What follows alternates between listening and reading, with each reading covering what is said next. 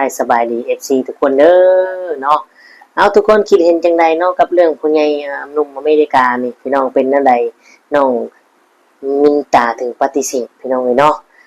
ในมุมของตู้ค่ำนี่ตู้ค่ำคิดว่าน้องมันหนึ่งเลยนี่ขอหนึ่งเลยนี่คิดว่าน้องมินตาเนี่ยแก้แค้นหรือเอาคืนบ่พี่น้องเลยเนาะเพราะว่าก่อนชีมาแต่อเมริกาเนี่ยคือคุยกับน้องมินตาเนาะซึ่งนี่ตกลงปลงใจกันสิมาแต่งงานมาสร้างครอบครัวกับน้องมินตาแต่พอมาฮอดบัดโมเมนต์แนวนั้นกลับไปแต่งงานกับคนบ้านตู้ค้ำบ้านนี้เนาะซึ่งน้องมินตาเลยอาจจะรู้สึกเสียความรู้สึกเสียใจเนาะก็เลยอยากแก้แค้นอยากเอาคืนเนาะก็เลยหักเหลี่ยมไปเลยนะพี่น้องที่สองน้องเพิ่นบ่อยากออกชื่อเนาะเพราะว่าอ้ายเพิ่นเนี่ยบ่ให้เกียรติและบ่เห็นความรู้สึกน้องมินตาเพราะว่าทุกสิ่งทุกอย่างที่อ้ายเราไปออกชื่อน่ะคือน้องมินตาบ่ฮู้เลย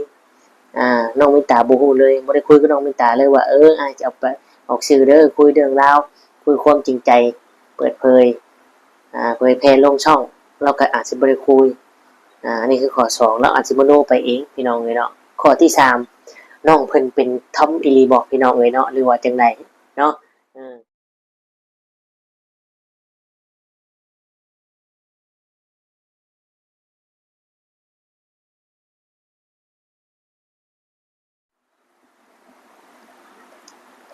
กับทักทายสบายดีและสวัสดี FC พ่อแม่พี่น้องหมู่เพื่อนเบิดทุกคนทุกท่าน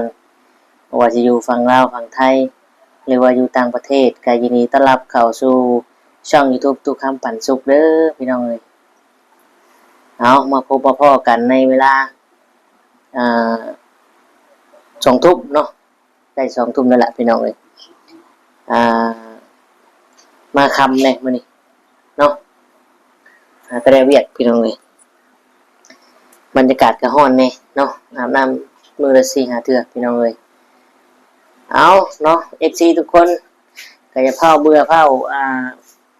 สั่งเผาไล่กันเด้อพี่น้องเอ้ยเนาะอ่าก็ออกมานั่งคุยแล้วก็กันเองพี่น้องเอ้ยเนาะกับเรื่องราวที่มันเกิดขึ้นในโลกโซเชียลอยู่ทุกมื้อนี้ ล่าสุดก็โอ้ยพี่น้องเอ้ยเนาะหญ้าอ่อนหญ้าแก่ก็บ่ได้กินพี่น้องเอ้ยเนาะแม้กระทั่งเฟืองห่าวบ้านนี้พี่น้องเอ้ยแม้กระทั่งว่าเฟืองแห้งก็ไม่ได้กินเลยเพิ่นว่าพี่น้องเนาะ ได้ข่าวมาใหม่อีกพี่น้องเอ้ยเนาะข้อมูลอ่าน้องมินตานี่เป็นทอมว่าซั่นพี่น้องเป็นทอมเนาะและคนที่ฮู้ดีก็มีพี่น้องเอ้ยเนาะย้อนไป1 ปีที่แล้วเนี่ยเคยเห็นน้องเพิ่นสัมภาษณ์เนาะสัมภาษณ์เรื่องอ่าที่เพิ่นซื้ออิหยังให้ว่าซื้อรถหรือว่าส่งเรียนบ่ตอนนั้นนะ1 ปีที่แล้วนะพี่น้องอ่าและบัดนี้ก็สิเลิกกันเนาะก็สิบ่ได้กับหนุ่มผู้ที่ซื้อรถให้แต่ว่าเพิ่นคุยอดีตเพิ่นน่ะนะน้องอ่าเวทยังมินตาน่ะพี่น้องเพราะว่าเพิ่นผู้นั้นน่ะออกมาวิจารณ์น้องมินตาแล้วก็อ่าออกมาว่าน้องมินตาหลอกลวงน้องผู้นั้นทั้งๆที่บ่ได้หลอกเพิ่นเอ่ยเองว่าซื้อรถซื้อหยังให้น้องว่าจังนี้นะย้อนไป1 ปีที่แล้วเนาะพี่น้องเนาะอ่า และบัดนี้ก็มีช่องไอ้ Heavy คือกันเนาะช่องไอ้ Heavy เราออกมาเว้าวิพากษ์วิจารณ์คือกันเนาะเพราะว่าหยังเราออกมาไอ้ Heavy ออกมานี่คือออกมาด้วยความหวังดีเราย้านว่าน้องมินตาเนี่ยไปตัวไปหลอกลวงหนุ่มไทยอีหลีพี่น้องเอ้ยเนาะอ่าแล้วก็ออกมาเตือนออกมาเว้าในลักษณะแบบว่าให้ฮักแพงกันบ่ให้หลอกลวงกันอีหยังประมาณนี้นะพี่น้องเอ้ยเนาะเพราะว่าทุกคนก็สู้ซนหาเช้ากินค่ำคือกันแหละเฮาเห็นมันหดหู่นะพี่น้องเอ้ยเนาะ แต่ก็อย่ามันเนาะเรื่องมาเลยและก็ยังมีอ้ายผู้หนึ่งนะพี่น้องที่เราได้เบิ่งเราได้เบิ่งคลิปอยู่แล้วอะพี่น้องเบิ่งคลิปหลายคนคือสิฮู้แล้วว่าข้อยนี่แฮ่งฮู้ดีแล้วอะพี่น้องนี่เนาะเด้เดี๋ยวทำให้เบิ่งเนาะนี่เราคอมเมนต์มาเราว่ามินตาไม่เอาตาลุงคนนี้หรอกเพราะมินตามันเป็นทอม มันชอบผู้หญิงด้วยกันแฟนคนแรกมินตาคือผมเอง เนี่ยพี่น้องเราคอมเมนต์มานี่เนาะโอ้เราว่าฮู้ดีสุดเลยพี่น้องฮู้ดีแล้วอ่ะและแววตาของอ้ายเพิ่นช่วงนี้ก็โอ้เนาะพี่น้องเรื่องน้องมินตานี่ขอให้ทุกคนเข้าใจว่าเฮามักผู้นี้เนาะผู้นี้สิเอาบ่ให้เว้าเรื่องโลโลเล่ๆไปบ่ว่าน้อง14สิตัวบ่ว่าน้อง15สิตัวอยู่น้ำใจเนาะบ่ต้องว่ามาอยู่กับใจข่อยมักชีวิตของข่อยมักนั้นข่อยต้องเฮ็ดถึงสิเป็นหยังก็อย่าตายมื้ออื่นนี่ข่อยก็สู้ไปมักเนาะเนาะมันมักไว้นี่เนาะมีไผฆ่าตายก็ยอมอยู่เมืองอเมริกาคนดีๆนะมีกินมีอยู่ยังสิมาตายอยู่ดิเดี๋ยวนี้สิมาปักชีวิตกับน้องนี่ขอโทษน้องเอ้ยมีแต่ว่าเอาอ้ายไว้ซะให้ทั้งอ้ายน่ะสมหวังกับความฮักเนาะถ้ามีความฮักนี่ก็เนาะให้สมหวังความฮักกันเนาะเพราะว่าเฮาก็สมฮักเอาไปเอามาพี่น้อง FC ทุกคนเอาไปเอามาเนี่ยโมเมนต์ผู้สาวซ้ำน้อยโมเมนต์นั้นผู้สาววัยรุ่นได้ทีตัวทีหลอกเนาะเอาไปเอามาเนี่ยมันสิกลายเป็นว่าพอลุงแล้วนี่เนาะหรือว่าไอ้อเมริกาเนี่ยสิเป็นคนตัวเล็กน้อยเองนะพี่น้องเลยเนาะกลับไปกลับมาเนี่ยกับฟังอย่างที่เราเว้าที่ล่ะคือเราเว้าตรงข้ามกันเบิดพี่น้องเราเว้าตรงข้ามกันเบิดเลยคือเราเว้าผู้เดียวแล้วคือเราคาดหวังอ้ายเพิ่นเนี่ยคาดหวังมากเกินไปคาดหวังว่ามีเงินเนี่ยซื้อได้ทุกอย่างเนาะคิดว่าน้องมินตาเนี่ยจะได้เอาแน่นอนถึงออกซื้อพี่น้องเนาะถึงออกซื้ออยากให้ทุกคนรู้ว่าเฮาฮักกันนั่นแหละเราเนาะเนี่ยพี่น้องฟังแล้วเว้านี่สิมาแต่งน้องผู้นี้ล้อกันแล้วล้มกันแล้วอายสิซื้อรถสิมาแต่งน้อง10,000แล้วก็ค่าดองนี่แล้วก็สิปุ๊กเขื่อนปุ๊กซานนี่อยู่น้ำกันกับผู้สิเอาผู้เดียวนี่ผู้เดียวนี่กับมินตานี่บ่โดยแม่นล่ะมันแล้วก็ผู้นี้เกิดเมื่อพุ่นแล้วก็ระแวงได้น้อยนึงอันใดบ่เข้าใจกันน้อยนึงน้องก็เครียดข่อยก็เครียด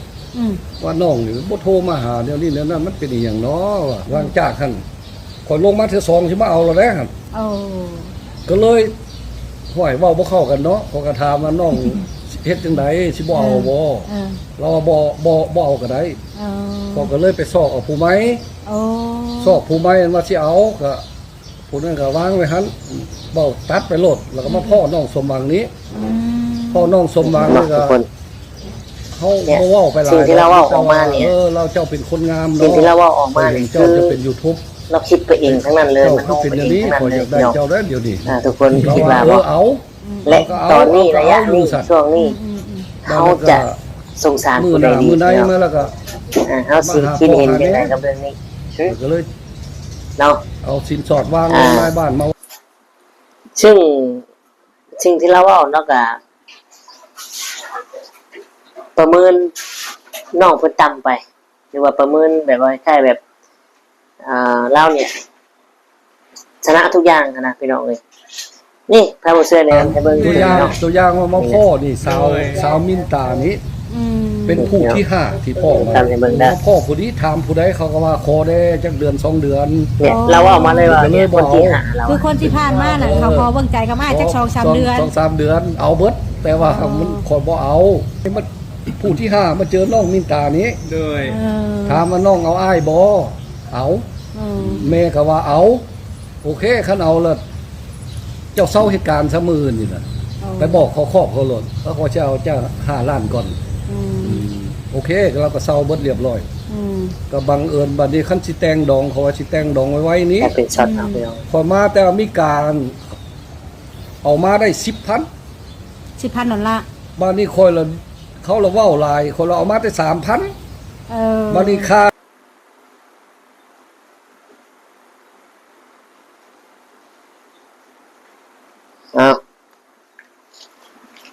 โอเคเราทุกคนเห็นบ่สิ่งที่เราเว้านะ นที่เราสิปิดไว้พี่น้องเราสิปิดไว้เนาะเราสิบ่เว้าแต่ว่าอันนี้เราว่าเปิดเผยเลยเราน้องเมตตาในคนที่5น้องเมตตาในคนที่5อีกอย่างก็เรามั่นใจแฮงเนาะเบิ่งประตูนี่มั่นใจแฮงพี่น้องมั่นใจแฮงนำใดเราคิดว่าน้องเมตตานี่ต้องเอาเราเรียกจังใดก็ได้เนาะสิ่งที่ผู้ใหญ่เพิ่นคิดได้และตอนนี้กับโลกโซเชียลหรือว่ากับทุกคนเนี่ย FC หลายๆคนก็ส่วนมากก็สิมองไอ้ทางอ้ายเพิ่นบ่ดีได้บัดนี้พี่น้องเอ้ยเนาะมันก็สิกลายเป็นนั่น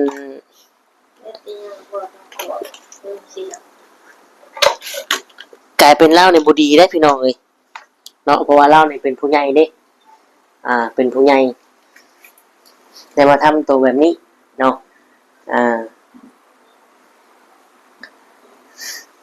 ดีแล้วพี่น้องที่น้องที่น้องมินตาเราปฏิเสธเลยเนาะเราบ่ยืดยาวต่อพี่น้องเลยส่วนน้องมินตาเป็นท่อมหรือบ่ท่อมนี่มักผู้หญิงบ่ผู้หญิงนี่เฮาบ่ฮู้นำพี่น้องเลยเนาะเพราะว่าน้องเพิ่นเคยเปิดใจแล้วและน้องบ่ออกสื่อนี่เพราะอีหยังเนาะเพราะน้องบ่ได้ฮักไงเพราะน้องเพิ่นบ่ได้ฮักไอ้หนุ่มอเมริกาเลยเนาะและภาพที่เห็นทุกคนหลายคนลงหลายๆคนแชร์นี่เป็นภาพ AI แต่งมาใส่กันเนาะคือเราดีใจได้พี่น้องเมืองเราดีใจเมืองเราดีใจและเราก็พร้อมสิเตรียมงานแล้วพี่น้องเราพร้อมสิเตรียมงานแล้วนั่งก่อนนะพี่น้อง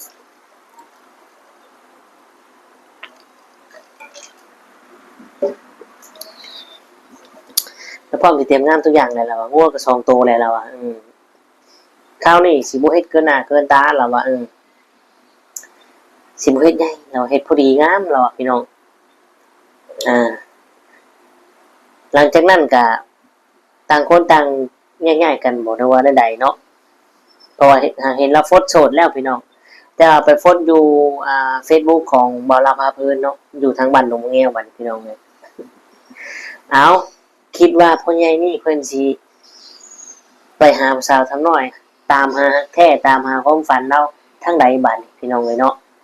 เพราะว่าทั่วโลกนี่ฮู้เบิดแล้วว่าเราเป็นจังไดเนาะสายเปย์บ่สายเปย์เนี่ยทุกคนฮู้เบิดแล้วล่ะพี่น้องเอ้ยฮู้แบบใดฮู้ไปในทางที่ว่าเราเนี่ยมั่นใจแล้วก็พร้อมเปย์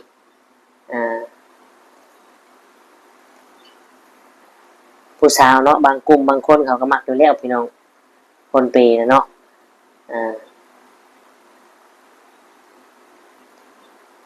ตุกคำเชื่อว่าน้องมินตาเนี่ยถ้าว่าเราบ่ไปแต่งงานกับน้องสมหวังหรือว่าคนบ้านตุกคำเนี่ยสิได้กับน้องมินตาอยู่พี่น้องเลยแต่นี่เราผิดคำเว้าเนาะเราผิดคำเว้าเราผิดคำเว้าลงมาบัดไปเอาผู้ใหม่นะเนาะดังที่คุยกับน้องมินตาจังซี่นะพี่น้องเห็นบ่คือเรื่องมันเกิดขึ้นก่อนหน้านั้นแล้วอันนี้หรือว่าอาจจะเป็นแผนของน้องมินตาเพื่อแหกหน้าผู้ใหญ่หรือว่าเพื่อให้เพิ่นรู้สึกว่าความเจ็บปวดหรือว่าความคิดละอายใจเนี่ยมันเป็นแนวใดอีหยังประมาณนี้บ่น้องพี่น้องหรือว่าจังไดน้องมินตาถึงปฏิเสธและบ่ยอมออกสื่อแบบนี้ขนาดเป็นเพราะอีหยังพี่น้องเพราะว่ามันเป็นแนวนี้บ่หรือว่าจังไดเนาะหรือว่าน้องเพิ่นมักผู้หญิงเพิ่นเป็นทอมอีหลีหรือว่าจังไดเนาะ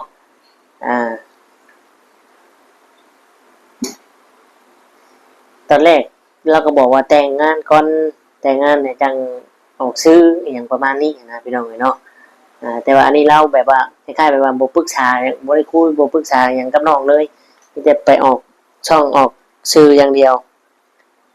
บ่ได้ปรึกษาน้องนะมันเลยกลายเป็นแบบว่าบ่ให้เกียรติน้องแล้วก็บ่คิดถึงความรู้สึกกันบ่ไต่ตองบ่ถามกันนั่นแหละพี่น้องเอ้ยเนาะในมุมมองของทุกคำคิดนั่นนี่ได้พี่น้องเอ้ยหรือว่าน้องมินตาเนี่ยเพิ่นแค้นเพิ่นอยากให้เนาะและเพิ่นต้องการสิเอาคืนด้วยการเฮ็ดแบบนี้บ่เนาะพี่น้องหน่อยอ้ายเพิ่นมักมาฮักพร้อมสิแต่งงานเฮาก็ว่าสิเอาพอหลังจากนั้นน้องเพิ่นก็ฮักเรียมเลยอันนี้คือในมุมของทุกคำคิดได้เนาะ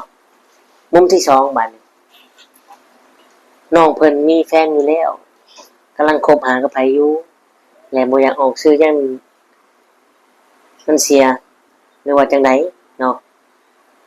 นี่ข้อที่2ได้พี่น้องเพราะว่ารุ่นปู่เนาะกับชมพูกับหลานน่ะมันอยากยากอย่างน้องก็ยังน้อยบัดนี้เนาะมีหมู่มีแต่หมู่เด็กน้อยวัยรุ่นคือกันบัดหมู่เห็นนั่นว่าโอ้ยช่างแท้ช่างเอาแท้น้องก็ยันหมู่เว้าสิก็มีได้เนาะหลายๆคนก็ต้องเข้าใจเนาะพี่น้องต้องคิดเด้ว่ามันเป็นจังไดแน่เรื่องราวที่มันเกิดขึ้นทุกคนคิดว่าสิติดตามอ้ายเพิ่นบ่หรืออ้ายเพิ่นนี่อาจสิเงียบไปทุกคนคิดว่าแนวใดเนาะFC ทุกคนคิดว่าแนวใดคิดว่าอ้ายเพิ่นนี่ยังสิตามหารักแท้ยังสิแสวงหากินหญ้าอ่อนอยู่บ่เนาะพี่น้อง หรือว่าจังไดเนาะหรือว่าสิต้องกลับไปอเมริกาไปหาสีภรรยาน้ำพริกถ้วยเดิมถ้วยเก่าหรือว่าจังซี่บ่พี่น้องแต่ฟังเราบอกเราก็ยังว่าทุกคำก็บ่อยากเชื่อได้ว่าเราสิเลิกสิปะกันกับเมียอยู่อเมริกานะความรู้สึกทุกคำว่าบ่เชื่อบ่อยากเชื่อยันเราตัวพี่น้องเอ้ยเนาะยันเราตัวเพิ่นสิใจดีแท้เนาะแถมออกโลกโซเชียลดังทั่วโลกฮู้ทั่วโลกบัดเพิ่นสิบ่อายเนาะพี่น้องแต่ละคนยังอยู่ร่วมกันเด้พาไปตรงตลาดตะลี่เรา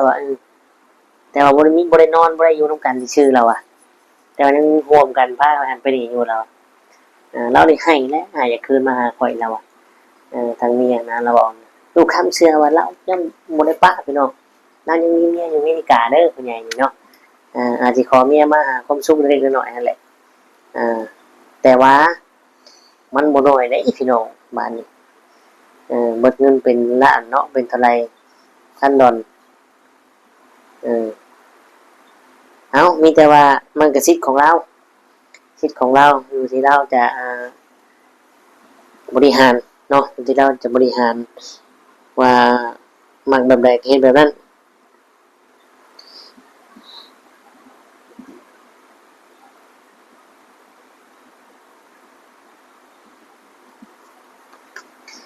กลับประมาณนี้พี่น้องขอขอบคุณ FC หลายๆที่เข้ามาเบิ่งกดไลค์กดแชร์กดติดตามและกด Subscribe ให้ทุกคำเด้อขอบคุณหลายๆสำหรับคลิปนี้ก็ฝากไว้ส่ำนี้เนาะอันใดที่ทุกคำเว้าบ่ม่วนก็กราบขอโทษขออภัยนำหลายๆเด้อเนาะบางเทื่อทุกคำก็อาจสิฮู้เท่าบ่ถึงการก็บอกสอนกันได้ตักเตือนกันไปเนาะอันใดผิดก็ว่าผิดอันใดถูกก็ว่าถูกทุกคนย่อมมีการผิดพลาดเป็นธรรมดาเนาะบ่มีไผดอก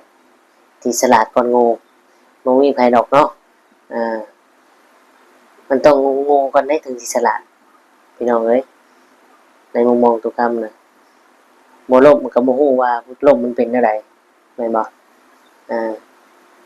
บ่เจ็บบ่มีแผลก็บ่ฮู้อีกว่าแผลนี่มันเจ็บแบบใดเพราะฉะนั้นต้องมีเนาะโอเคพี่น้องก็คือสิได้กล่าวคำว่าสำบายดีแหละสวัสดีครับ